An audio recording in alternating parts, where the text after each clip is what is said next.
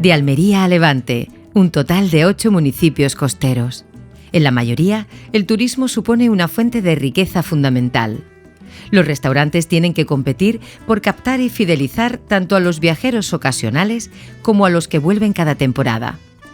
¿Puede ser el pescado fresco de proximidad un cebo para pescar turistas? Uno de los reclamos que tiene la zona de costa es que todo el mundo quiere comer pescado fresco, ¿no? Hoy en día se come pescado fresco en todos sitios, pero no es lo mismo. No es lo mismo que tú le metas 300 kilómetros a que le metas 8 kilómetros que estamos de Garrucha o 15 que estamos de Carbonera, ¿no? Entonces eso te ayuda muchísimo. La gente, el reclamo turístico, aparte del paisaje, del clima, de todo lo que tú quieras, la gente cuando va a un sitio, por lo menos yo cuando voy de vacaciones, voy a nivel gastronómico, ¿no? Me gusta disfrutar de la gastronomía de la zona, con lo cual el tener el producto aquí es un valor añadido para pescar turistas. Si tú lo haces bien y no engañas a la gente, claro que fidelizas, por supuesto que sí, claro que fidelizas, es algo muy importante. Si el producto es bueno, lo manipulas bien y lo vendes a su justo precio, claro que fidelizas. El viajero, diría yo, lo que busca es descubrir el lugar donde está, con todas las consecuencias, con su gastronomía, con todo. Y le da mucha importancia y luego pues hay que asesorar y no mentir nunca, ¿eh? O sea, al cliente hay que decirle las cosas como son. Pues en nuestro restaurante, el restaurante El Jarrao, vienen sobre todo turistas nacionales, bueno, internacionales también, y suelen ir buscando la esencia de la cocina tradicional. El sabor antaño, añejo, lo típico de la zona.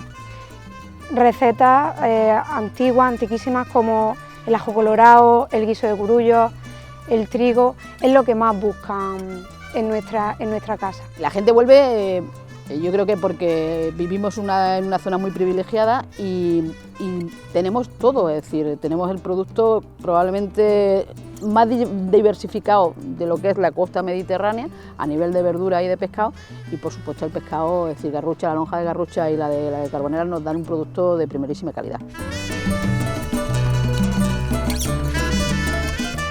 Aquí somos muchos trabajando y somos de restaurantes, entonces siempre tienes que intentar aportar al cliente algo novedoso, algo que incluso si algún cliente trae a otro cliente para, no es la palabra impresionar, que no es la palabra, quedar bien, que cuando te levantes de la mesa estés a gusto.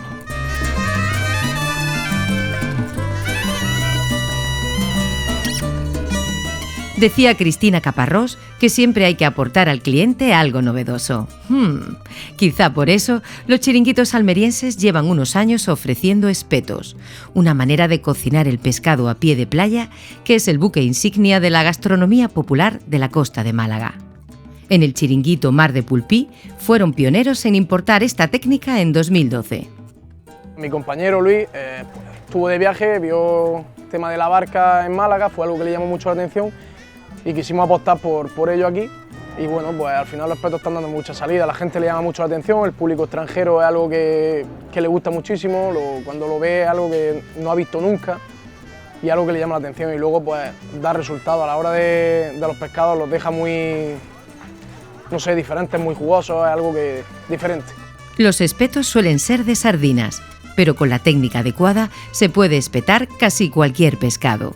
Aquí lo que más se lleva son las sardinas, pero también tenemos doradas, lubinas, están las corvinas, rodaballos, son pescados más grandes para compartir, pargos, lechas, también depende de lo que vaya trayendo, también lo que pesquen.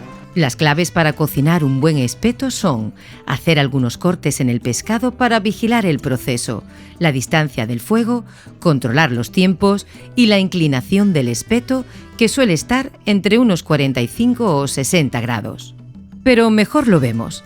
Saúl Alonso, espetero de Mar de Pulpí, nos cuenta cómo preparar un espeto de corvina salvaje paso a paso. Ponemos en la mesa y le hacemos la rapa para ver cómo se hace por dentro y se haga más rápido. Espetamos la corvina.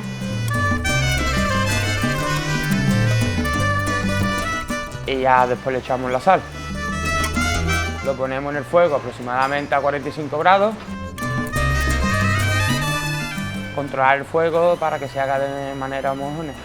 Y cuando ya el pescado está listo, ya lo pasamos a cocina. Y el camarero luego lo lleva a la mesa y lo trincha así al gusto del cliente.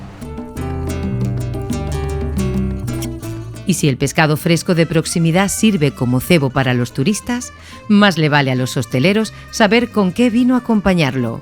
El sumiller José Antonio Moreno nos da algunas pistas para hacer maridajes perfectos. Hay diferentes tipos de pescado, pero bueno, en el caso de los pescados azules me gusta mucho la manzanilla, los finos, le dan muy bien, sobre todo por esa contundencia que tiene la albariza. En el caso de los pescados blancos me gustan mucho los blancos gallegos, tanto Rías Baixas como Ribero, incluso Ribera Sacra, que apoyando los godellos, trisaduras y por supuesto el albariño. Y en el caso de los mariscos me gusta también, aparte también podría valer los gallegos, pero en este caso un poco por ser un poquito más ambicioso, quizás pues mirar algún espumoso, algún cava, algún champán, que siempre va muy bien, esa burbuja nos refresca y que siempre incluso nos recuerda un poco al mar. Con guisos marineros y arroces, pues un rosado de estos tipos cebolla, hombre, todo el mundo se va a Côte de Provence, pero aquí en el Mediterráneo español tenemos algunas cositas, se me viene una forcalla de la zona de Font de la Higuera, por ejemplo, hacen así rosaditos ligeros, o incluso en Cataluña con la sumol también se hacen cosas así muy chulas, podrían ir muy bien también.